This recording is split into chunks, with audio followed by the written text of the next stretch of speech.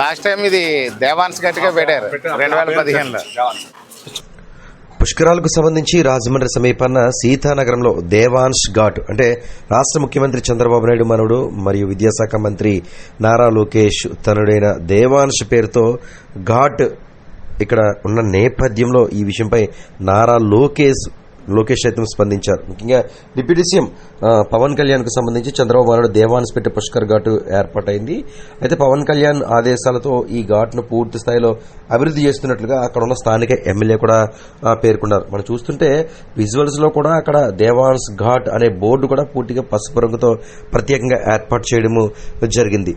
నిజానికి పుష్కర్ ఘాట్లు అనేవి వాటి పేర్లు కూడా పూర్తిగా ఆధ్యాత్మికంగా ఉంటాయని కూడా చెప్పుకోవచ్చు. పుష్కర్ ఘాట్ల పేర్లకు ఎంతో చరిత్ర ప్రాధాన్యత కూడా ఉంటుందని చెప్పుకోవచ్చు. ఎందుకంటే ఇక్కడ ఉన్న మునికోడలు అంటే సాక్షాత్తు మునులు కొన్ని వందల సంవత్సరాల కింద ఇక్కడికి వచ్చి పుణ్యస్నానం ఆచరించేవారు. ఇదే విషయాన్ని మునికోడల ఘాట్ అని కూడా స్థానిక ఎమ్మెల్యే చెప్పిన పరిస్థితి నెలకొంది. అయితే ప్రస్తుతం సోషల్ మీడియాలో దేవాన్స్ పేరుతో పుష్కర్ ఘాట్ అన్న విషయం వైరల్ గా మారింది. దీంతో ఈ విషయంపై మంత్రి నారా లోకేష్ స్వయంగా స్పందించారు. ఘాట్ కు దేవాన్స్ పేరు పెట్టడంపై ఆయన విమర్శలు రావడంతో అసెంబ్లీలో ఆయన స్పందించారు.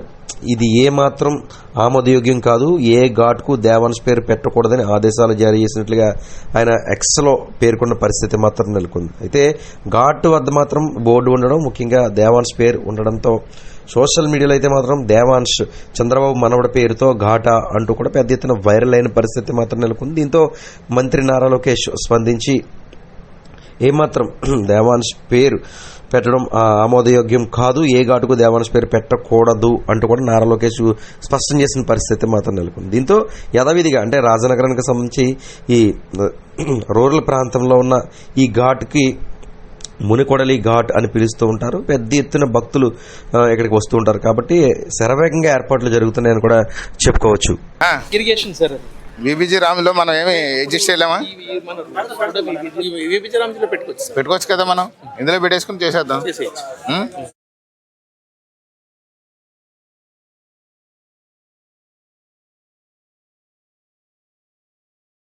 ఒరిస్సా, ఛత్తీస్గఢ్, ఆంధ్ర, కర్ణాటక, తమిళనాడు, 5 తెలంగాణ 6 రాష్ట్రాలకే కింగ్లాగా కనిపించాలి. ఇది పుష్కరాలంటే మునుకోడలంటే పుష్కరాలు, గోదావరి స్నానం ఆచరించాలంటే ఇదని.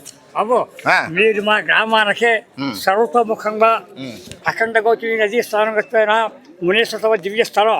దీన్ని మీరు జాగ్రత్తగా నడపం, అద్భుతంగా నడుపుతాం. శుభ అద్భుతంగా శుభ నాన్న, అలాగే నాన్న.